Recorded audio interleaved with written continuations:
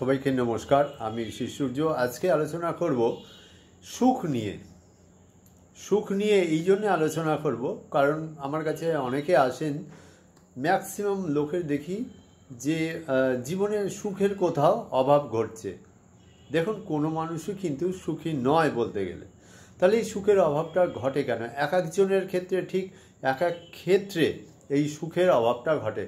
কারুর কর্মক্ষেত্রে তিনি কর্মকে নিয়ে সুখী নন, বা কর্ম সংক্রান্ত যে জায়গায় তিনি কাজ করছেন সেইখানকার পারিপার্শ্বিক যে পরিবেশ, অর্থাৎ অফিসের মধ্যে বস হোক বা কোনো কর্মীর সাথে তার মনোমালিন্য বিভিন্ন কারণে হতেই পারে।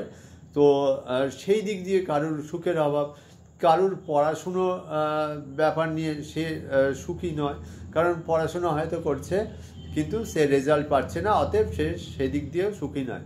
কেউ সারাদিন বাইরে কাজ করে আসছেন, বাড়িতে এসে সুখের অভাব বোধ করছেন, আর্থিক কারণে সুখের অভাব বোধ করছেন। অনেক সুখের অভাব অনেক দিক দিয়েই ঘটতে পারে। তো আজকে আলোচনার বিষয়বস্তু হচ্ছে কেন মানুষের জীবনে এই সুখের অভাবটা ঘটছে। দেখুন, যদি লগ্ন বা লগ্নপতি কোনোভাবে আক্রান্ত বা পীড়িত হয়ে থাকে এবং লগ্ন বা লগ্নপতি যে নক্ষত্রে অবস্থান করছে সেই নক্ষত্র যদি দুস্থানে বসে থাকে বা কারুর দ্বারা পাপ গ্রহ দ্বারা পীড়িত হয়, সেক্ষেত্রে সুখের অভাব ঘটে।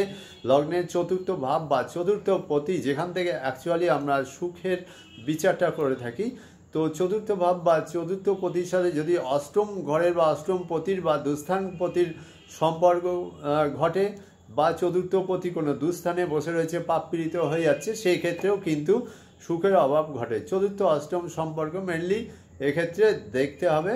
এক্ষেত্রে চতুর্থ অষ্টম সম্পর্কটা থাকলে কোনো ক্ষেত্রেই সে সুখ পাবে না। এইবার এই যে বললাম সুখের অভাব, তো তার সাথে দেখা যাবে কেউ আর্থিক কারণে সুখী হচ্ছে না, কেউ আর্থিক কারণে সুখী হচ্ছে না। তাহলে সেক্ষেত্রে দ্বিতীয় স্থানটা, সেখান থেকে আমরা সেভিংস এইসবগুলো বিচার করে থাকি। তাহলে দ্বিতীয় যে আর্থিক ব্যাপারটা আসছে, তাহলে দ্বিতীয় ঘর বা পতিটাকে দেখতে হবে, বা দ্বিতীয় ঘরে কোনো পাপগ্রহ বসে আছে কিনা, দুস্থানপতি বসে আছে কিনা, সেগুলো দেখে বিচার করতে হবে। এবার যদি দেখা যায় ভাই বোনের কারণে এই যে সুখের অভাব ঘটছে, তাহলে ছোট ভাই বোন হলে সেক্ষেত্রে তৃতীয় ভাবটা দেখতে হবে, এবং বড় ভাই বোন হলে লগ্নের একাদশ ভাবটা দেখতে হবে। মেনলি তৃতীয় ভাবটা মঙ্গল এক্ষেত্রে দেখতে হবে।